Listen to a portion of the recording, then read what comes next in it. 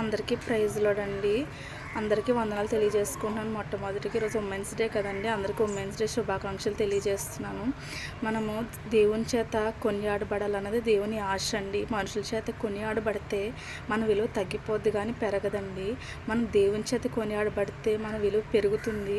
ఎప్పుడైతే మనము దేవుని చేత కొనియాడబడతామో అప్పుడు మనం ప్రపంచం అంతటా వ్యాపిస్తాం. అదే మనుషుల చేత కొనియాడబడితే కొంచెం మట్టిగా ఘనత ఉంటుంది.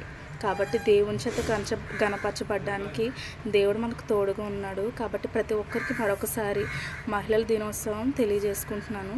ప్రతి ఒక్కరూ కూడా మరి ఈ మెసేజ్ వింటారని నేను ఆశపడుతున్నాను. విని ఒక స్త్రీ ఎలా ఉండాలో అన్నది మీరు నేర్చుకోవాలని, ఎటువంటి మనసులో ఎటువంటి అసూయ కానీ ఏం పెట్టుకోనకుండా మంచితనంతో మనం దేవుని ఎదుర్కొనడానికి దేవుడు మనం ఎంతగానో కృప చూపిస్తాడు.